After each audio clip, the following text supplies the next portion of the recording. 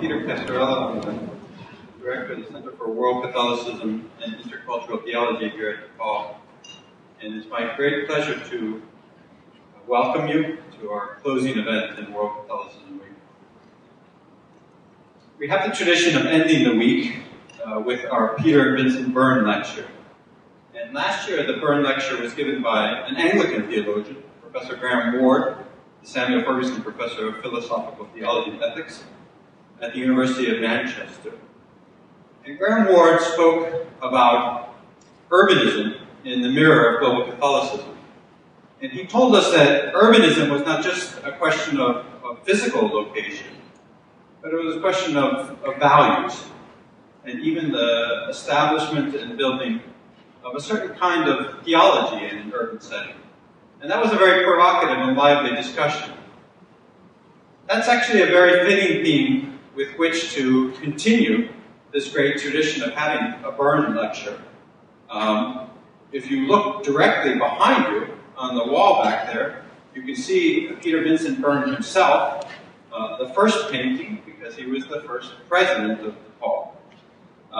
Byrne had a kind of early 20th century Irish faith in the resilience of the Catholic immigrant youth of Chicago. He said that Thomist philosophy would buttress their own inner sense of what was right and wrong and keep them from being swayed by modern subjectivism. Now, the scholars who've looked at Byrne's legacy have come to differing conclusions.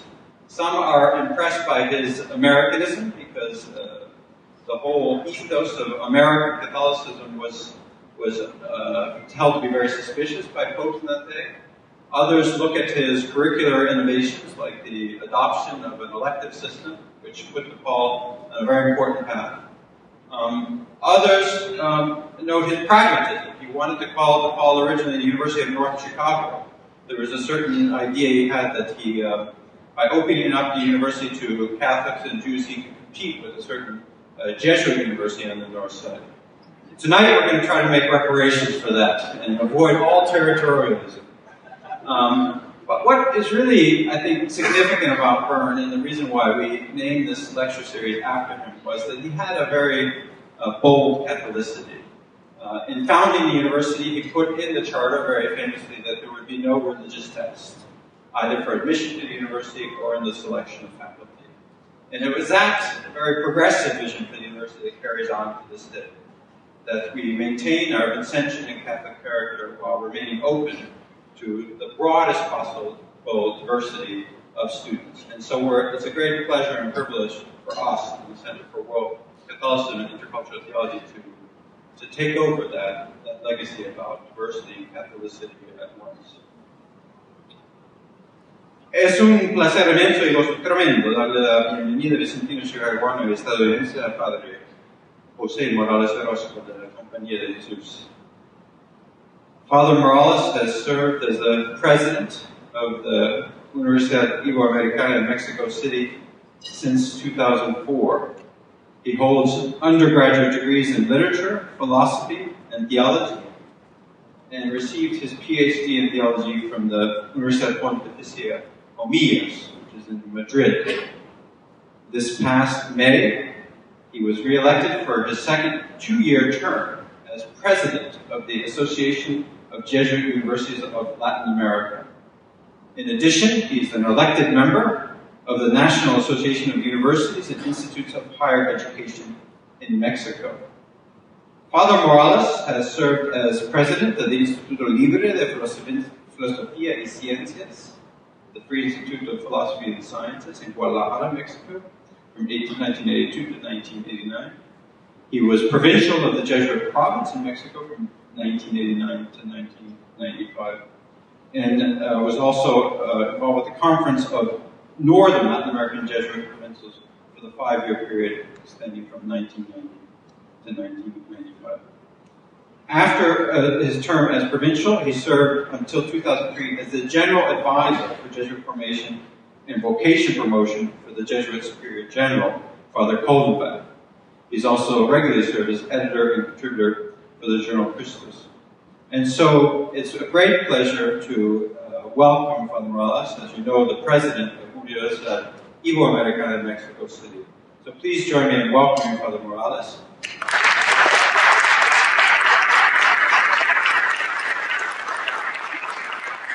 And just so we can get the show on the road, I'll introduce someone who none of you know, Father Dennis Holtschneider, the president of DePaul. I want to just say a word about Father Dennis, although he's very well known to this group, because it's a great pleasure to have him as a Byrne lecturer as well. Father Holtschneider became DePaul University's 11th president in July 1st, 2004.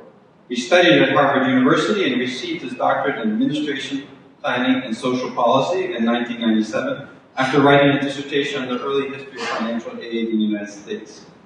He's currently a faculty member and board member of the Boston College Institute for Administrators in Catholic Higher Education, and he continues to teach at Boston College's Summer Institute for Administrators in Catholic Higher Education.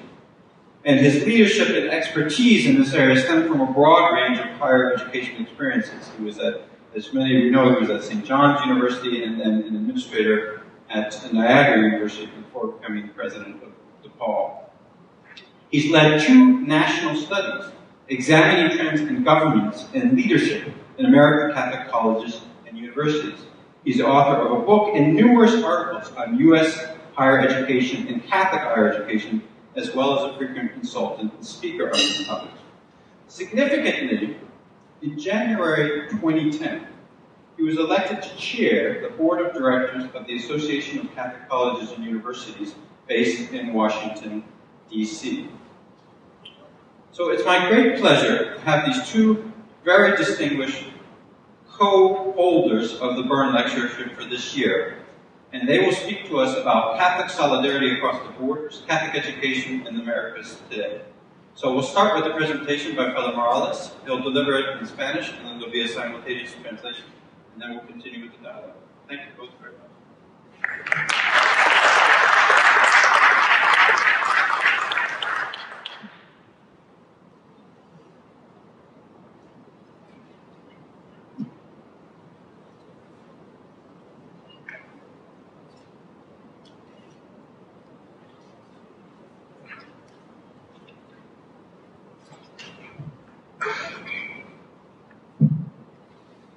Before starting, when I prepare to share with you, I would like to say something in Spanish.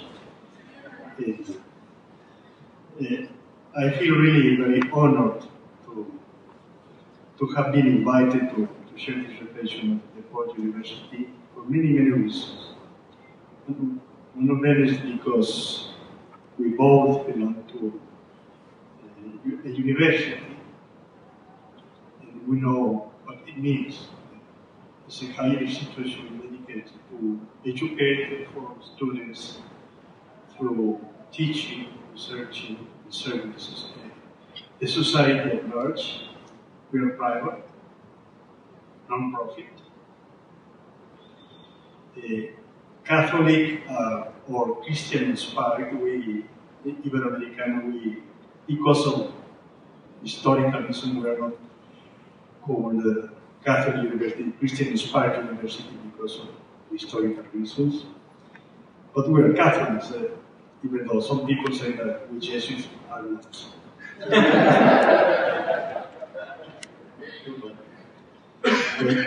Catholic or universities, both DePaul and Iberoamericana University are founded and entrusted to a religious congregation order, to the Vicentians and the Jesuits. In that way, we consider many, many things. One very important for us, and is the Vicentians and the Jesuits, is that we conceive these institutions as a way to realize our vocation or mission of religions. The lay people who share the work with us show really our vocation. And the work in our universities is not only, mainly, a way of, let's say, gaining the bread for the day, but it's a way to realize ourselves as human beings, as Christians and religious. It's a vocation. It's not only the work, it's a vocation. But also there is a difference. Jesuits are not the same as the Vincents. There's different charismas, but it doesn't mean that one is better than the other. Only different, but coinciding in the same aim, to help the church, the mission of evangelization of the church, in the ministry of higher education, according to our different charismas, but we aim at the same goal, to form men and women with and for others, the citizens that your country and mine need now and in the future. And so that's why I feel very honored, and I hope that this relation improves and increases our collaboration at Mayor Dei Gloria. I don't know if I can pronounce from here. If you translate not simultaneously or after I. Yes, we want to, the father is going to be speaking in Spanish. He feels a lot more comfortable speaking in Spanish, and I will interpret. It's not simultaneous. I will wait for him to finish his sentence or paragraph, and then I will interpret. Okay? So the briefer the better. Well, I can go for paragraph. That's fine. I have the whole paragraph. Okay. Agradezco al padre Dennis Holtschneider de la Congregación de la Misión, presidente de esta universidad, y al doctor Peter Casarella y a los organizadores de este evento de World Catholicism Week 2012. Le agradezco la invitación que me hicieron para participar en esta sesión de clausura, que me honro en compartir con el rector de esta prestigiada universidad. I would like to thank Dr. Peter Casarella and the organizers of the World Catholic Week 2012 for the invitation to have the honor of participating in the closing session among the Reverend Dennis Holtschneider, President of the World University, and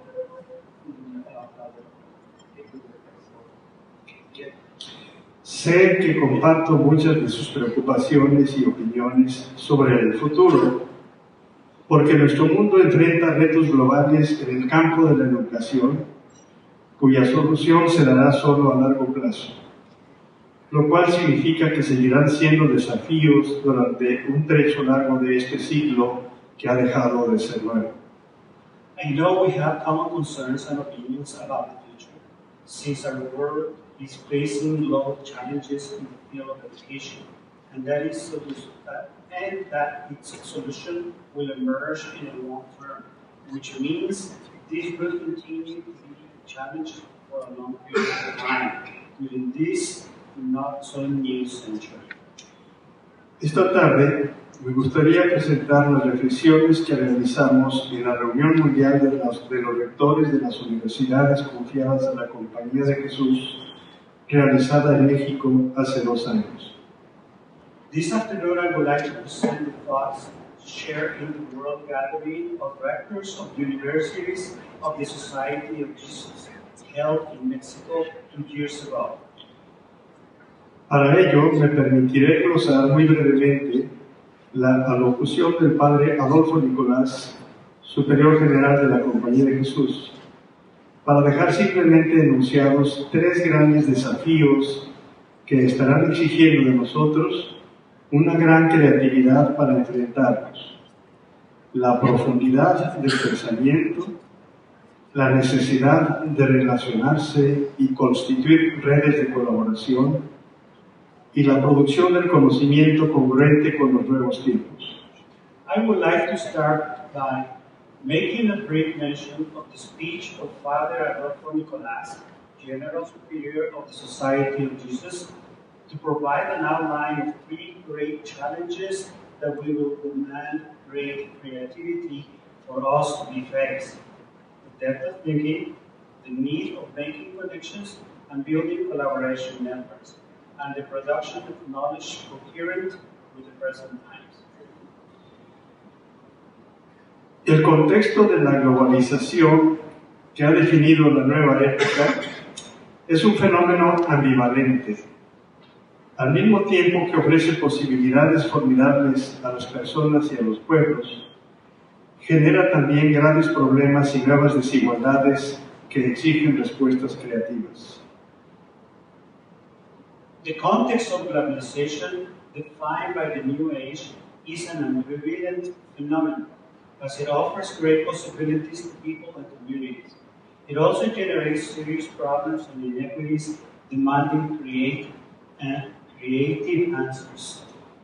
No quisiera que el señalamiento de algunos de estos problemas se interprete como un desprecio a las tecnologías de la información y a sus muchas aportaciones y positivas posibilidades. I would not like this mention of problems to be taken as a rejection of information technology and its many contributions and positive possibilities. El primer problema serio que se presenta en el campo de la educación es el de la globalización de la superficialidad. Para explicar este concepto, el padre general señaló que cuando se tiene acceso tan rápido a tanta información y con tan poco esfuerzo, cuando se puede expresar y publicar la opinión personal en forma tan inmediata e irreflexiva en el blog personal o en los microblogs, cuando el último editorial del New York Times o de El País o el último video viral puede circular con tanta rapidez entre gente que está al otro lado del mundo y configurar sus percepciones y sentimientos, se suele eliminar el difícil y minucioso esfuerzo para pensar críticamente. The first serious problem education faces is the globalization of superficiality. To explain this concept, Father Nicolas stated that when there is such quick access to so much information and with such little effort, when personal opinion can be expressed and published in such an immediate and thoughtless manner, in personal blogs or microblogs, when the New York Times editorial or the newspaper El País or the latest viral video can circulate so fast among people on the other side of the world, shaping their perceptions and feelings.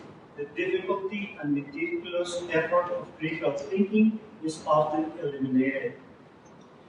Muchos de los que estamos aquí hemos podido constatar, por ejemplo, cómo los alumnos pueden cortar y pegar sin necesidad de reflexionar lo que están escribiendo o de expresar sus ideas por escrito con precisión o de definir una conclusión propia sobre el tema que están tratando.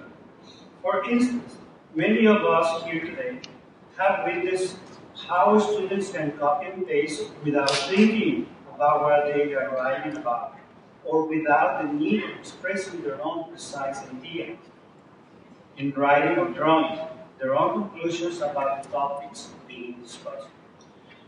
Algo similar sucede con la percepción del mundo y sus problemas. Cuando las imágenes perfectas y apacibles de los comerciales colman los televisores, o cuando con la música de un iPod se puede ahogar el estrépito del mundo, la percepción de la realidad y los anhelos también se pueden quedar en la superficie. Something similar happens with the perception of the world and its problems. When the TV is filled with perfect and peaceful images and commercials, or when the music in the iPod isolates the noise of the world, the perception of reality and the hopes can also remain on the surface. Asimismo, las relaciones personales se vuelven superficiales cuando rápidamente y sin ningún requisito cualquiera se puede hacer amigo de quien sea en las redes sociales, y cuando con la misma facilidad se pueden terminar esas relaciones sin necesidad de encontrarse con el otro o incluso de confrontarse o reconciliarse con él. Likewise, personal relationships become superficial when anyone can become friends, with anybody so quickly and with no restrictions. And in the same way, so easily, those relationships can end without the need of meeting one another, confronting one another, or reconciling one another. Así, las nuevas tecnologías, junto con algunos de sus valores subyacentes, están dando forma al mundo interior de muchas personas, en particular de los jóvenes, y pueden limitar la plenitud de su florecimiento como seres humanos o condicionar sus respuestas a un mundo urgido de salud intelectual, moral y espiritual. Therefore, new technologies, along with their underlying values, are shaping the inner world of many people, especially youth.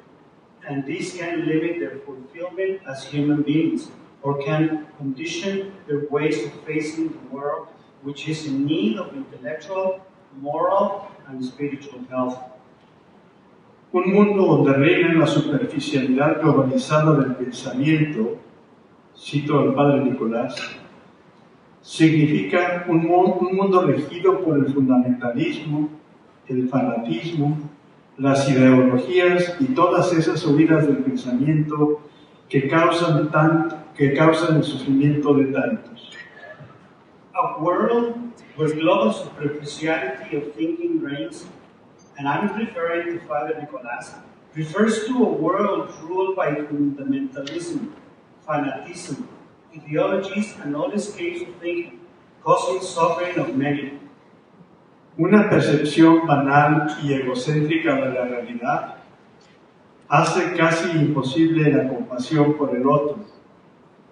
Contentarnos con satisfacer los deseos inmediatos o dejar que la pereza nos impida enfrentar las solicitudes que compiten con nuestras libertades profundas, desemboca en que seamos incapaces de comprometer nuestra vida con lo que realmente vale la pena.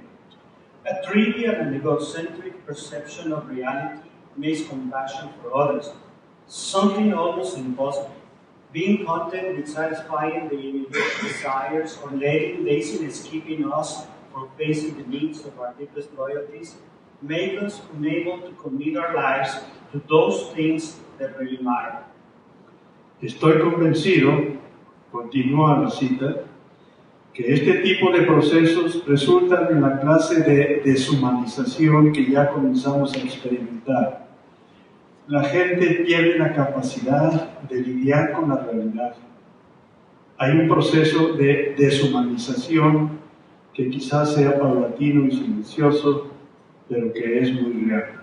I am convinced, continue, that this type of processes have a result the kind of dehumanization we are beginning to experience. People lost their ability of dealing with reality. It is a process of dehumanization that may be gradual and silent, but is real. De este modo, la globalización de la superficialidad plantea al educador el desafío de promover creativamente la profundidad de pensamiento y de la imaginación en las nuevas generaciones. Thereby, the globalization of superficiality challenges the educator to promote deep thinking and imagination in a creative manner among the younger generations. De aquí que sea fundamental conocer y entender con toda lucidez el mundo interior creado por la globalización y las nuevas tecnologías, de manera que podamos enfrentar de manera más adecuada y decidida los nocivos efectos de tal superficialidad.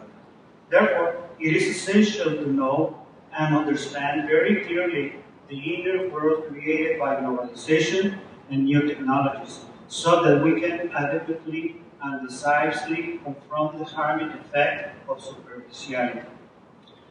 The second point, la importancia de la colaboración. The second point is the importance of collaboration. Dada la dimensión del reto, un segundo desafío estriba en la necesidad de enfrentarlo colectivamente, lo cual implica una exigencia de colaboración entre instituciones muy diversas para construir a través de la educación un mundo mejor. Due to the dimension of the challenge, a second difficulty arises in the need of confronting it collectively, which requires the collaboration of very diverse institutions to contribute through education for a better world. De la misma manera que la globalización ha desdibujado las fronteras tradicionales, la identidad, la pertenencia y la responsabilidad se han visto redefinidas y ensanchadas. In the same way that globalization has erased traditional borders, it is also has redefined and widened identity, the sense of belonging and responsibility.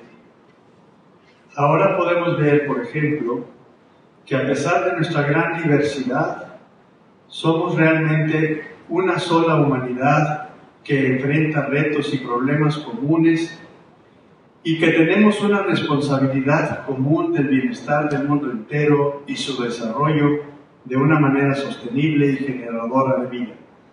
For instance, nowadays we can see that despite our great diversity, we are one humanity facing common challenges and problems in a sustainable and life-generating manner.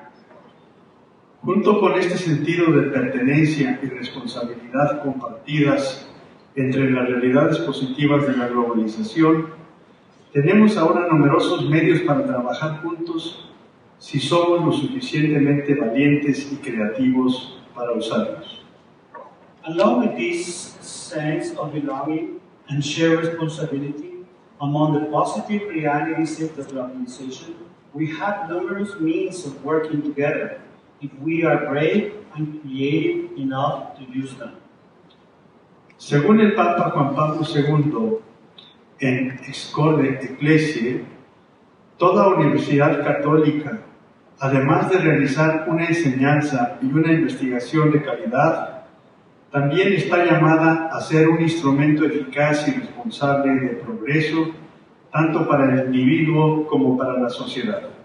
According to Pope John Paul II, in the Excorde Ecclesial, that in addition to quality teaching and research, every Catholic university is also called on to become an effective, responsible instrument of progress for individuals as well as for the society.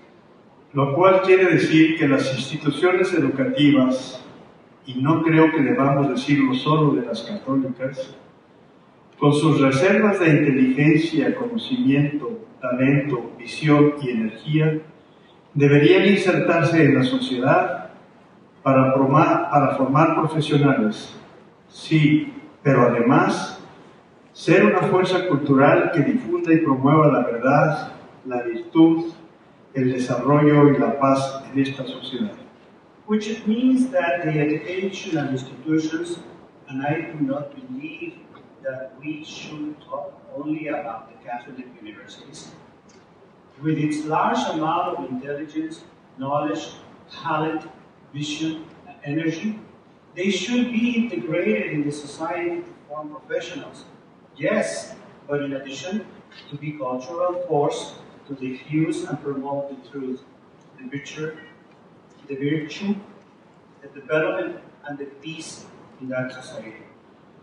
Si la finalidad común de las universidades no es o no debería ser el lucro, ni tampoco o simplemente la docencia, sino el aporte sustantivo al mejoramiento de la sociedad, ¿no podríamos repensar las universidades y organizarlas de forma que puedan sumar esfuerzos y construir relaciones de colaboración eficaz más que de competencia? If the goal of universities is not or should not be the profit, nor just to teach, but instead to fundamentally improve society, could not we rethink universities and organize them in a way so they can work together and build relations of effective collaboration, more than just competing against each other? La globalización ha traído una conciencia nueva de pertenencia a una sola humanidad con un destino común y ha aportado las herramientas necesarias para articular los esfuerzos que se realicen por mejorar el destino común.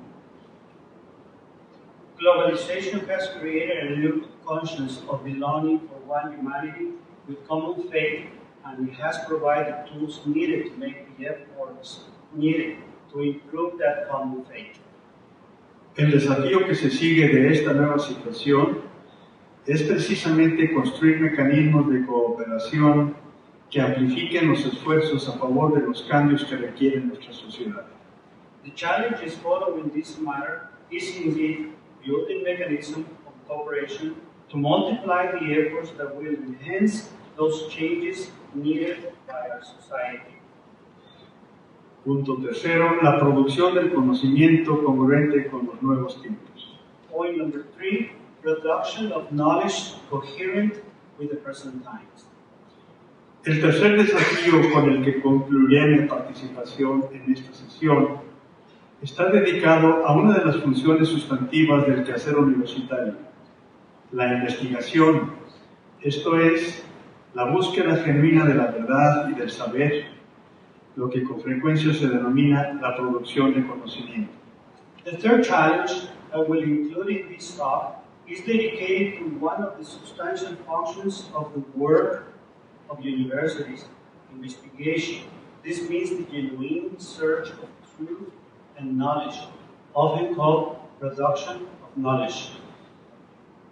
Doy por supuesto que en el nuevo contexto seguirá siendo prioritario el enfrentar los graves problemas contemporáneos que menciona el Papa Juan Pablo II en la Excorde Ecclesia, la dignidad de la vida humana, la promoción de la justicia para todos, la calidad de vida personal y familiar, la protección de la naturaleza, la búsqueda de la paz y de la estabilidad política, una distribución más equitativa de los recursos del mundo y un nuevo ordenamiento económico y político que sirva mejor a la comunidad humana a nivel nacional e internacional.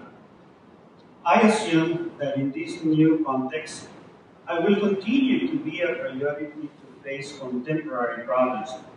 Pope John Paul II mentions in Excorde Ecclesia, the dignity of human life, the promotion of justice for all, the equality of personal and family life, the protection of nature, the search for peace and political stability, a more just sharing in the world resources, and a new economic and political order that will better serve the human community at a national and international level.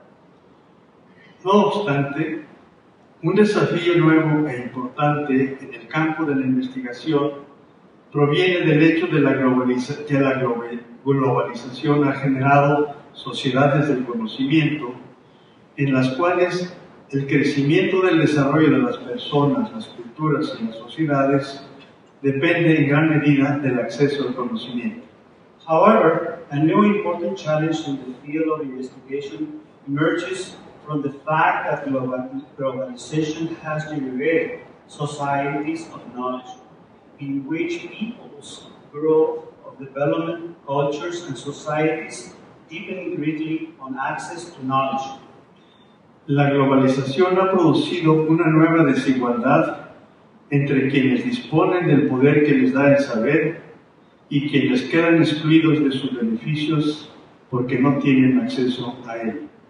Globalization has generated a new inequity among those who have the power given by knowledge and those excluded from its benefit due to the lack of access to knowledge. Así pues, tenemos que preguntarnos quién se beneficia del conocimiento producido en nuestras instituciones y quién no lo hace. ¿Quiénes necesitan este conocimiento y cómo podemos compartírselo eficazmente, especialmente a los pobres y los marginados? Therefore, we have to ask ourselves who benefits from the knowledge produced by our institutions and who does not. Who needs this knowledge and how can we efficiently share it, especially with the poor and the marginalized?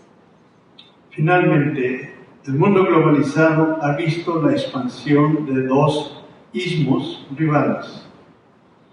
Finally, the globalized world has witnessed the expansion of two rival isms.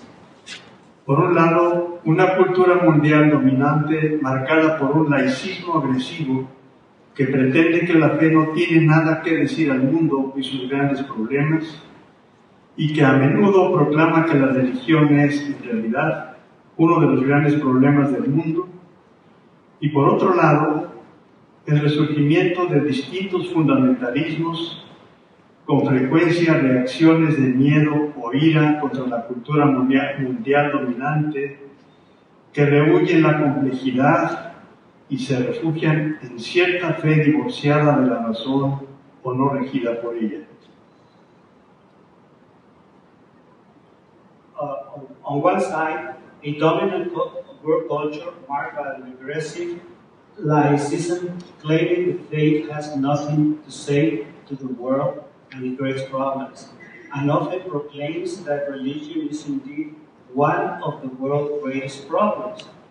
On the other hand, there is the emergence of different fundamentalism like fear and anger against the dominant world culture, avoiding complexity and taking refuge in certain faith on which they are incompatible or not ruled by. Considero que la investigación tiene que permitir el avance en la comprensión de estos problemas y buscar formas de convivencia más armónicas entre los pueblos y sus confesiones. I consider investigation should allow the advance of comprehension of these problems, seeking more harmonious ways of coexistence among people and their creeds. Muchas gracias. Thank you very much.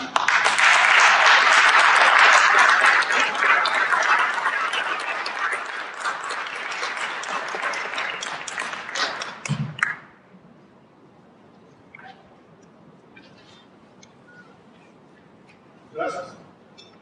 Buenas tardes. Bienvenidos a todos a la Universidad de DePaul, especialmente nuestro amigo, Padre José Orozco.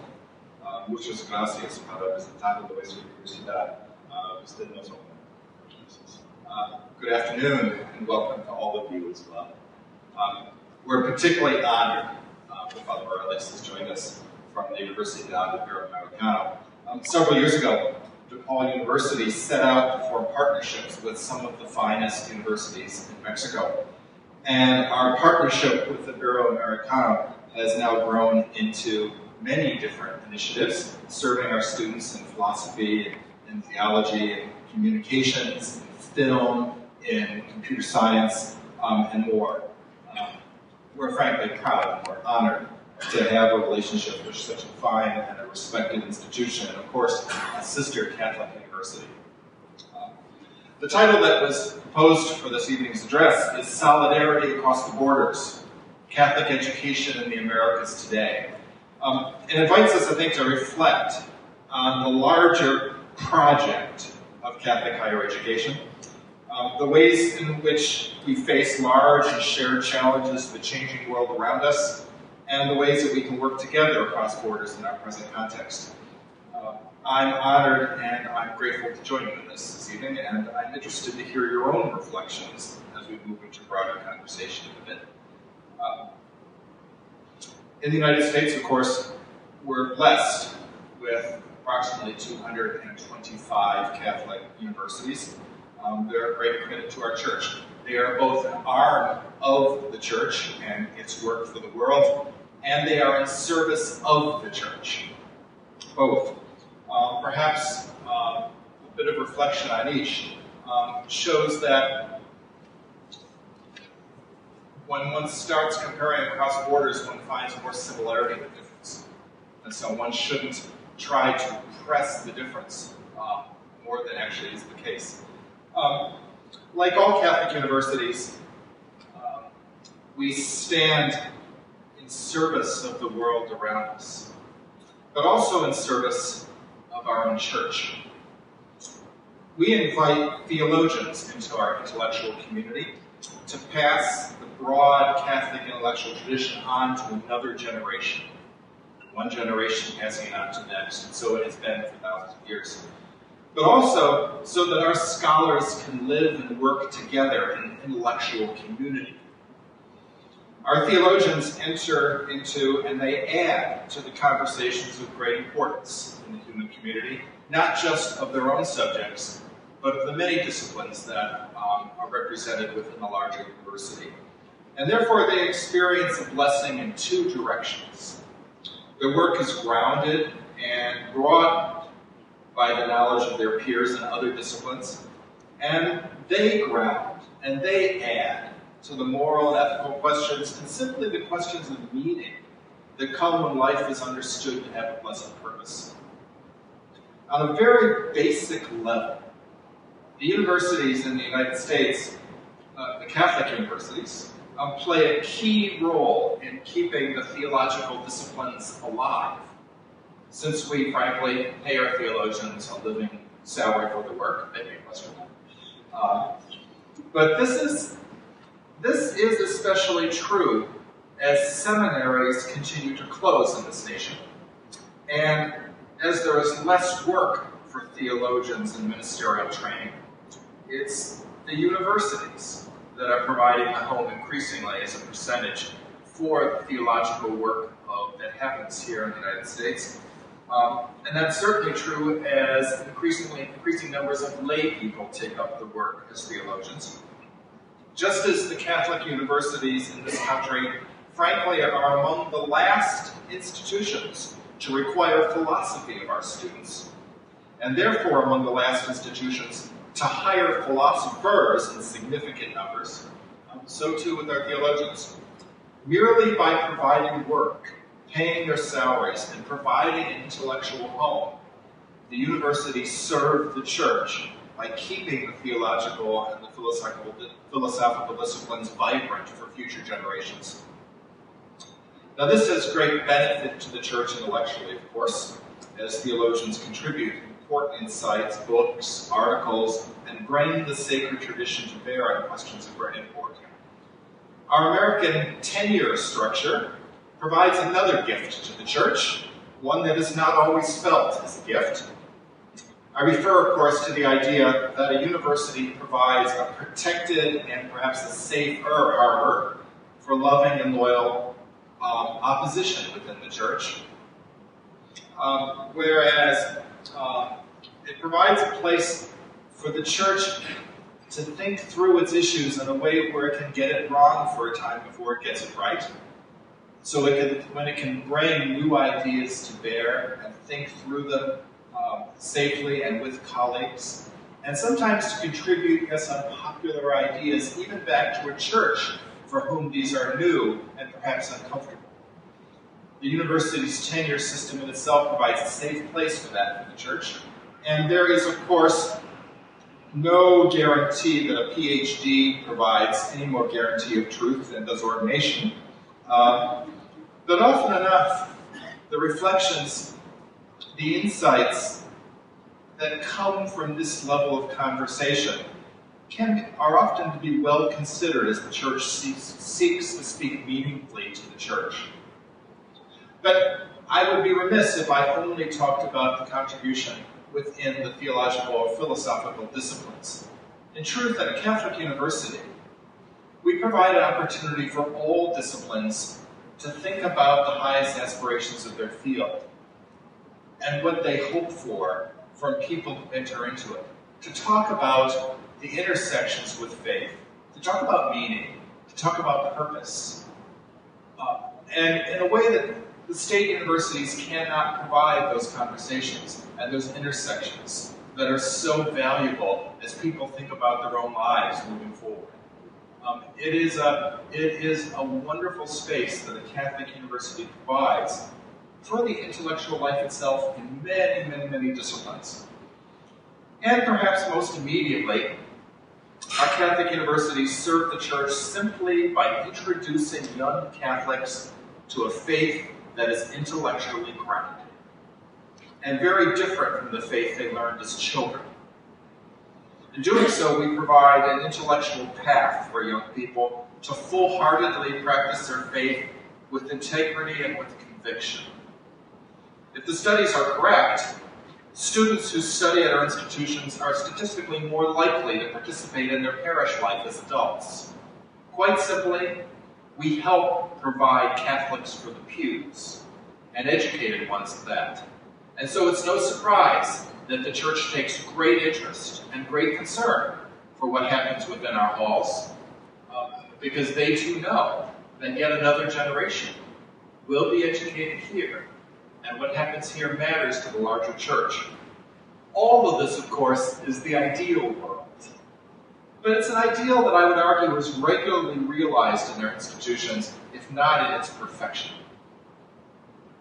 Now, if we stand in service of the Church, we also stand in service of the world. It is the truth that most Catholic universities in the world educate non-Catholics among their student bodies. Here at DePaul, Catholics are a distinct minority, constituting only about a third of our student body. Universities are the centers of intellectual life, to be sure, and as such, they contribute to the world's great conversations and its research. Important scientific and medical advances come from our laboratories, and they are gifts to the world. As are new insights that come from research well conducted and collegial debates that extend the conversation in important new directions. Our students and our faculty volunteer to the larger world. They tutor in local schools and make a difference in many ways for the local regions. Ultimately, however, it's the simple act of education that is in itself a powerful social service to the world community, one given by the Church at this one of her institutions, and especially to a young person and a young person's family. Here at DePaul University, where St. Vincent de Paul's name graces our buildings and our t-shirts, there is a particular encouragement to serve the poor. We're called to play a defining role in addressing the ways in which our society has separated populations into higher and lower economic strata, and made it particularly difficult for the poor, for immigrant populations, for some racial groups and others to advance freely in our society. Education in that context is a radical act, for it creates a path through social constraint. Whether formulated in the Jesuit categories of social justice, or the Vincentian categories of charity and love for the poor, our Catholic institutions provide a powerful and a disruptive social service every time we educate the poor and we advance them to higher prospects. As such, our educational institutions are a great honor and a great credit to the Catholic Church. Working for and working with non-Catholics, we together participate in the noblest of work, both intellectual and social. The work itself is good and pleasant, regardless of the religion of the student that served or the faith of those who work alongside us. Much as Rahner would insist that holiness exists within the real world, not apart from it, so too the work of our institutions itself is holy and good and a source of great blessing. And yet there's more. In this time of the world's history, new transportation, communications, wealth transfer technologies have created the opportunity for us to know one another better and to act together as a world community. Our globalized world has made it possible for one nation's actions to powerfully hurt and to powerfully help another's. And this too provides opportunity and responsibility for our institutions, and now becomes part of our religious mission. There is a shameful fence along the border between our two nations, and yet the historical porousness of our border remains. Men and women continue to come to the United States from Mexico and return in equal numbers. The overall flow of undocumented immigrants from Mexico at present is statistically 0. It's an equal flow in both directions, although one would not know that from the media. Here in Chicago, our city is blessed with a large population of Mexican residents, both residents themselves and undocumented. They provide an important workforce for many of our areas of the city, including our food, our transportation, our construction, our hospitality, our service industries, and more. And they have great hopes that their children, like so many generations before them who came to the States with similar dreams, will have a better life. Here at DePaul, we are employing the university's stature and political connections to pressure for comprehensive immigration reform. And we're trying to educate students who cannot find financial assistance elsewhere. We look to be of help however we can. The larger project in this time of porous boundaries and global world, though, I think, is to introduce all of our students to an interconnected world. It's for this reason in particular that we're thrilled for our new relationship with Iberoamericana.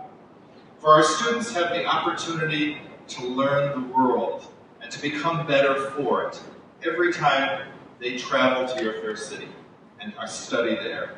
And so the presence of your students studying here is also a blessing for our students here in Chicago, who will come to know them as fellow students and fellow human beings, and to learn about a larger world. Our porous border is but a symbol of a globalizing world, one our society sometimes fears, and one that will inevitably unite us as we learn to live alongside and with one another. Catholic universities, and indeed all great universities, dare say that they intend to prepare men and women to become leaders in this new society.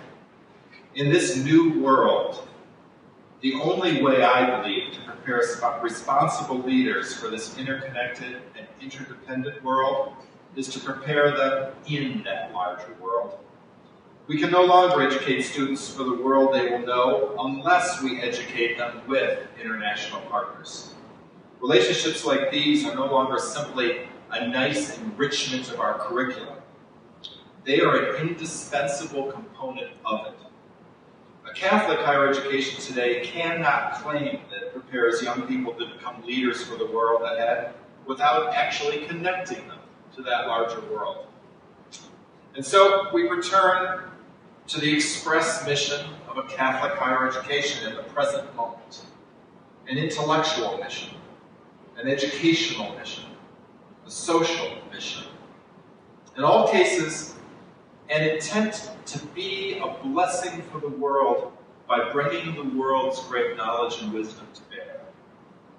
Even in this conference, this past week, I listened to the Eucharistic reflections stemming from the Indian and the Filipino contexts the other day, and I was struck by how the method of theological reflection had changed since my own training a quarter century ago. I listened to the group think and reflect how local populations, deeply shaped by their cultures and economic experience, understand Eucharist. The richness of that exercise was deeply moving to me, and it's been a source of continued reflection and thought in the days since. I'm incredibly grateful that so many scholars from so many nations came together this week to reflect on a central church teaching and enriched one another's understandings through the lens of their own culture's experience. I hope you found the time similarly engaging.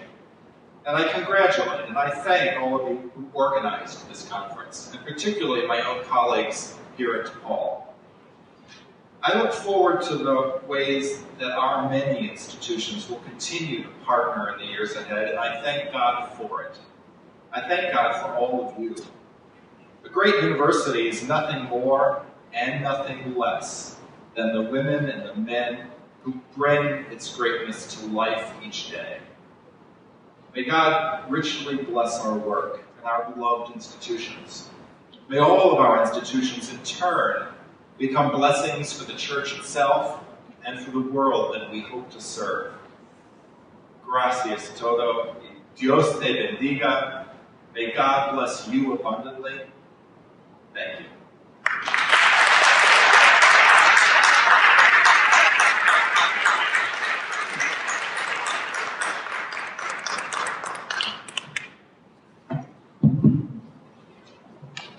Father Morales, Father Holtschneider, thank you both very much. You're both bold leaders, bold educators, have given us a bold vision. I feel that, I can use the phrase of Enrique Dussel, there's been a kind of descubrimiento, a kind of unveiling, uncovering of the world in which we live, and the challenges that both the Church and those of us who are trying to live in this globalized world face. So with your permission, I'd like to open it up. We have some time for discussion. Open up the dialogue. The floor is open.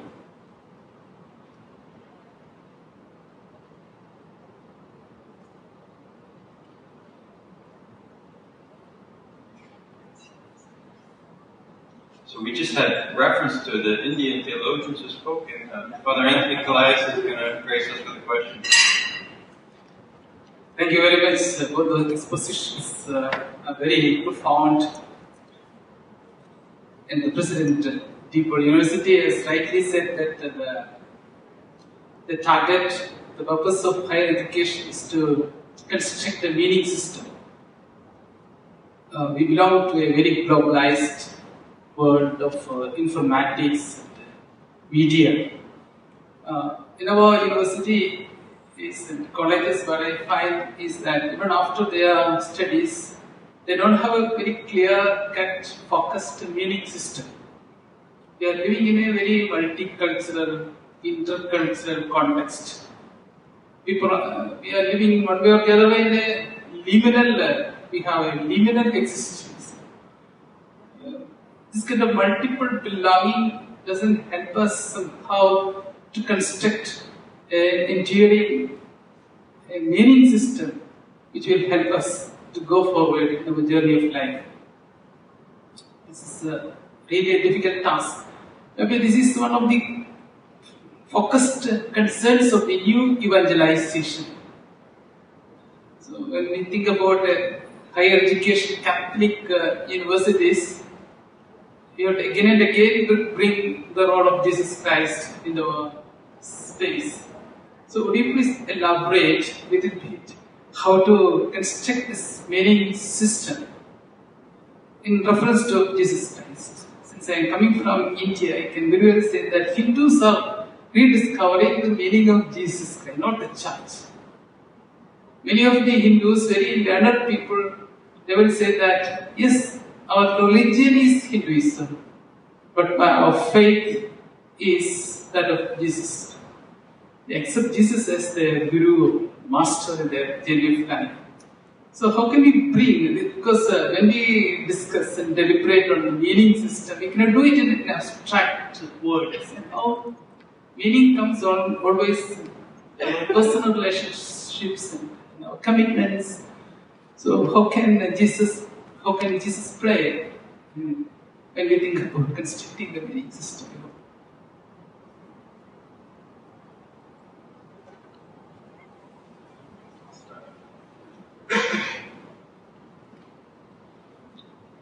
I don't have his permission to tell the story, but I'll tell it anyway. There is a professor here at DePaul University. His name is Father Edward Tomasevich.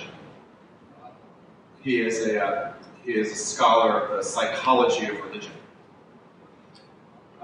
Interestingly, he's not an easy professor. He's quite a challenge if you decide to take him as a student. But his classes always fill first. We can watch this electronically when the students sign on for new classes, when they register at the beginning of the term. And inevitably, term after term after term, his classes fill first before anyone else's. And I asked about this one day. And one, he's a thoroughly enjoyable lecturer. He's a very talented lecturer. But what the student said to me was, other professors teach us about the world. He teaches us about life. I was very struck by that response. And I've heard it in various forms from students over the years, the 8 years that I've been here. I have found a hunger in this generation of students, very bright young people, who don't accept cheap answers. I have found them hungering for thoughtful, intelligent engagement with meaning and purpose, and how we bring that to bear in our conversations. So many have been trained in public institutions when they come to us as faculty. They've been trained to leave those questions aside or leave them for Sunday, and simply just to get on with teaching their field. When there's so much opportunity in many fields to discuss issues of great meaning. And it's fascinating to me to find that hunger among the students for it. So my first reaction to you is to agree with you on the larger scale. It is well stated on your part to talk about where does Jesus Christ fit in the larger project of a Catholic university, because of course, without Jesus Christ, Catholicism makes no sense whatsoever. We're talking about the experience that the divine became human and lived among us and showed us the way and brought us towards a salvific moment in our history. And that has changed everything as far as what's important and what's important for the larger world and how we live our lives. And while we understand that much of the world does not share our faith in that manner, for those of us who have been fortunate to have been brought up in this tradition, it's truly life-changing. And Catholic universities are a place where students should be able to discover that and find it in its full richness. It is not necessarily the case in DePaul University's opinion that all students must be brought to that well in which to drink. We have introduced students to many faith traditions here among our faculty of religious studies. But it has been our project in these past 8 years to increase the hiring of many more faculty who can speak to those areas knowledgeably so that students can find them and engage them in the classrooms. And so whether it's the growth of the Catholic Studies Department, or the growth of the Religious Studies Department, or the adjuncts that we hire, the courses that we add, etc., the expansion of campus ministry and Catholic campus ministry itself, it has been our project. And that's not simply for DePaul. It has been a question that the United States has engaged since about 1995. And what does it mean to be a Catholic institution, as opposed to just a great university? And so I would say you're very much in the middle of a nation of Catholic universities that are thinking through what that question appears and looks like. We can discuss it more if you care to, but my first reaction to you is to applaud it as a simple question.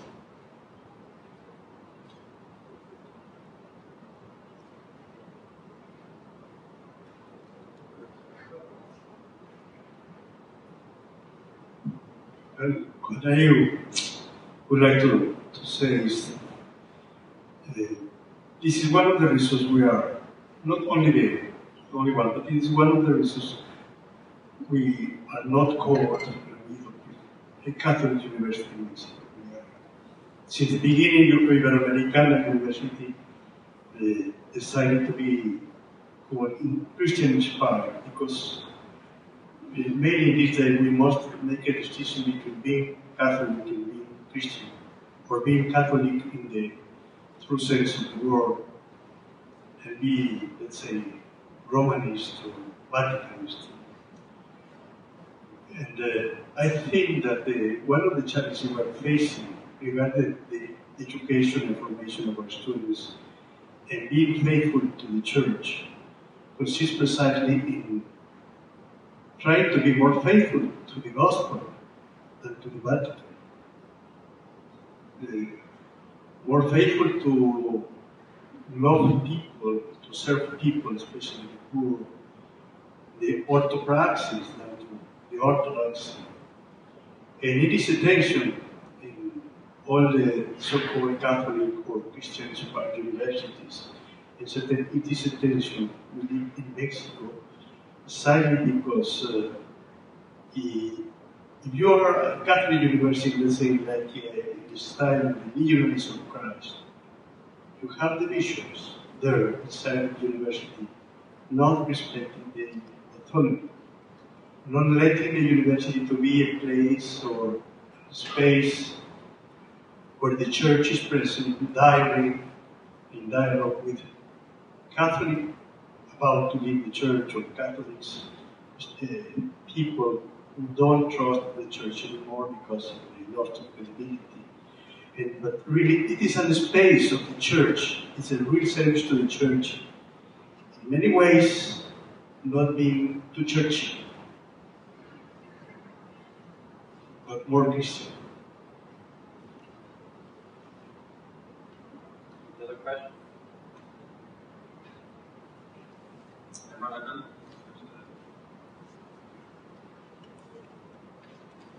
I just would like to begin. It's my last week in Chicago. Thank Father Holtschneider and all the DePaul University and Extension priests for being able to be here. I love to hear that the international students are an indispensable component. I spent 8 months here with Chinese, Saudi Arabian. I didn't have the chance to pass to the university as itself. I was studying at ELA, English Language Academy, and there we are getting prepared with our English language to get into the university. So it was a real pleasure.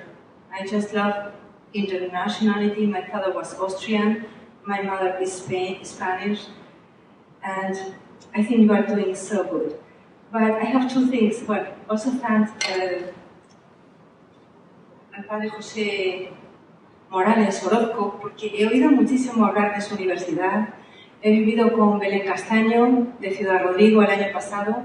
Estaba encargada de la delegación de misiones de la diócesis y trabajé mucho con su familia. Y ella me habló cuando vino en verano muchísimo de la universidad y es misionera idente y trabaja con ustedes allí en México. Me ha gustado oír que uno de los challenges, uno de los desafíos que tienen es que hay mucha lack of access, o sea, falta de acceso. I'll continue in English. Well, I have 2 questions. One, if you could explain, Father Holtschneider, a little bit more of these 10 years university 10-year system, and then as daughter of charity and belonging to the Vincentian family, I leave Chicago with, I don't know how you say in English, una espina, a horn in myself. I have seen the problems with immigration, and I know you and we as daughters and the Vincentian family and many here are working with immigration. But for me, the biggest one I have seen here is the African American community. It happens that I got the other day this book from Haki Madhuti, who was the first one opening and print an African American printer. And I was coming in the train and reading that around me, these words. The pain is in the eyes. Young black men in the late 20s or early 30s living in urban America, in Chicago. Lost and abandoned, aimlessly walking and hawking the streets with nothing behind their eyes but anger, confusion, disappointment and pain. These men running the streets, occupying corners, often are beaten beyond recognition, with scars both visible and internal. These men, black men, sons of Africa, are now kneeless, voice-broken, homeless, forgotten and terrorized into becoming beggars, thieves, or ultra-dependents on a system that considers them less than human and treats them with less dignity and respect than death does. When I was reading that, when I got in touch with them, it's like hearing Vincent DePaul. The poor are my weight and my suffering. It was like that for me these 8 months. It's just a call. in Iberoamerica, possibly in America, South America and Mexico is another problem, but here in the States I think it's a big, huge problem. Probably you are doing a lot, but it's just a lot to what can be done more. And that's all. Thank you very much.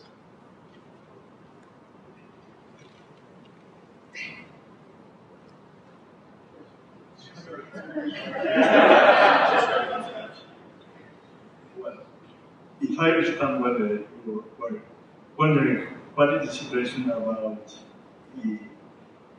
the access, poor people being able to access to Catholic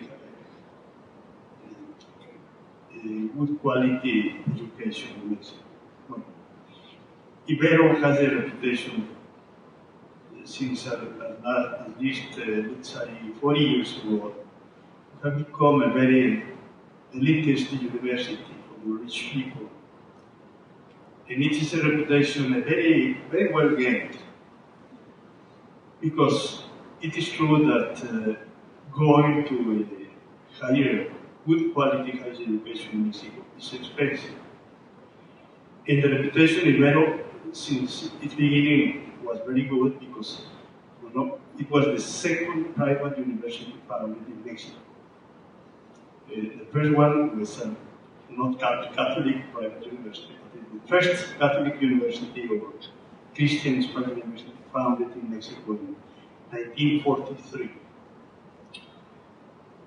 But we have changed since, let's say, the 33rd General Congregation of the Society of Jesus, which expressed its mission, the mission of the Society of Jesus as promoting faith that fights for justice, the preferential option for the poor. So the new conception of the mission of the Society of Jesus transformed all the Jesuit institutions, especially education institutions, all over the world. And as you know, it has caused many troubles among the society, among Jesuits, and between the Society of Jesus and the Vatican, because of many mistakes and ideological reasons and so on. Now the situation is much better, even though we still insist that the best way to express our faith and to live our faith is through justice and in dialogue with other cultures and with other religions, not imposing a way of thinking, but offering, living in a globalized world. But I must confess that since I arrived to the university, we established a program through which everyone, regardless of his social or faith, or social situation, economic situation of his faith, every young people who wants to study in Ibero is able to enter the university on the condition that he complies with the academic requirements. We have a very good program of scholarships, and I could say that by now, 20% of our students have scholarships. They come from very different backgrounds, even though we still have this reputation, this perception that we still are very elitist. And after the economic crisis, we established a program also to avoid the students leaving the university because of economic problems. So we can say now that, fortunately, we have been able, through these two programs, to open our university to any kind of students. Otherwise, we couldn't be called university, not open to the universal. And especially working for the poor, even though any kind of people enter university now. But I am proud to have been able to establish these programs to help especially poor people. And we have also many programs to sensibilize students, offering them experiences to become in more solidarity with the poor. Because I am convinced that the value of solidarity is not transmitted in the classrooms, it's transmitted through direct experience with poor or suffering people. And so we are offering this kind of opportunities. One of them is together with DePaul University also. But I think the main big problem we have in Mexico at all levels, especially at the higher education level, is quality and access to higher education in Mexico. Thank you. I will add simply this. If you don't mind, I will skip past the tenure question. It's a very large question. And so we'll perhaps talk later. Yeah. Your question, of course, shows a very big heart. And I'm very blessed to work in an institution with many people who care as deeply. And so there are certain, I could list the programs that we try to do, but inside the institution to support Black males, or to support several different identifiable groups of people who are not succeeding at the same rates as others in our society, and how can we help support that to happen. But in truth, it's a bigger question. And so in Chicago, the high school graduation rate is 50%. Half the students graduate high school. In Chicago, of those who do graduate, 6% go on for a 4-year college degree. If you are Hispanic, it's 3%, and if you are Black, it's 2%. These are shocking numbers. And so truthfully, any serious way to address the issue that you've raised cannot begin and end at the university level. The university has powerful schools of education, has great resources in many of our other colleges. Universities need to be a blessing for the educational system in their cities. So that provides a whole different set of initiatives of the ways that our faculty, our staff, even our students get involved in the local schools and communities so that we can help people before they drop out early. Because if you wait until they're 18, for many people it's too late. And so there's initiatives that need to happen at all levels, I believe, to meaningfully address the significant issue that you raised. Thank you. We have time for 1 or 2 more questions. Please come up to the microphone.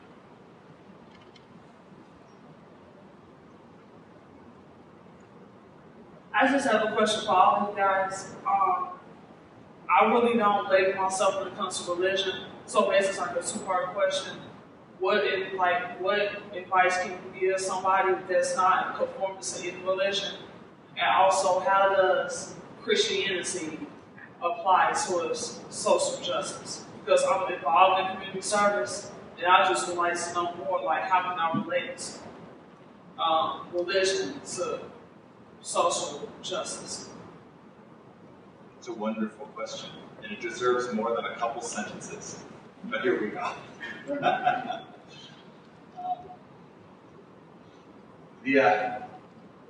It would be hard to make a claim that you were a Christian if you didn't care for the poor and needy around you, because that indeed is the life of Jesus Christ.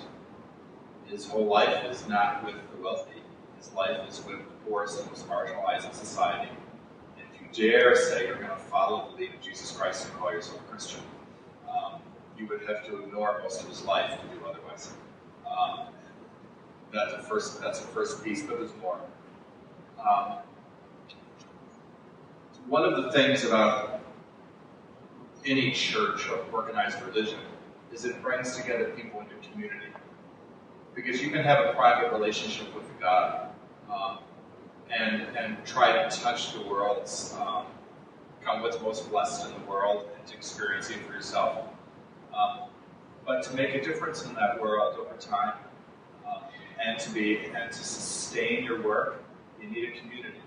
And that community might be a church. You might find it elsewhere too.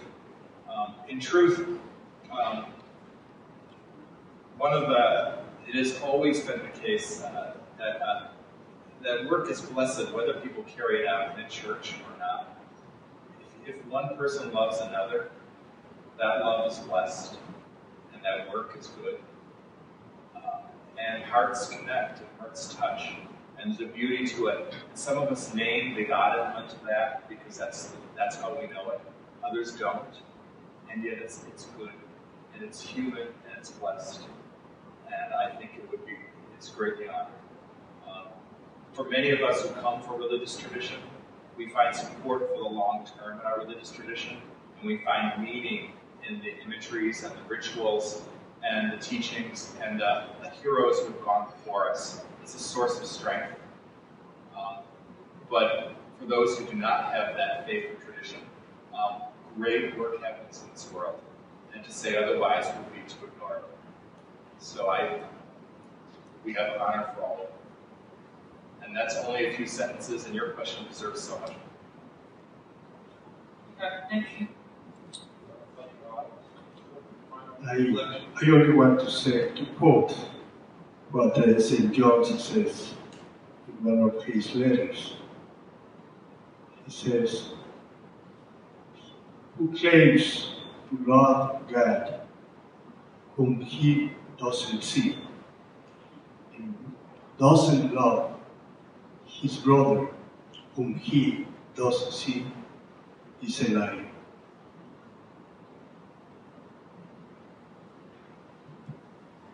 Thank you very much for that very appropriate final synthesizing word. Before we thank our speakers, I want to thank all those who helped to make this event possible, the fine staff for the center, Francis Salina, Karen Kraft, Jasmine Cajuste, and Jairo Chavez, and the many volunteers we had from the School of Hospitality. I'd like to give them a round of applause.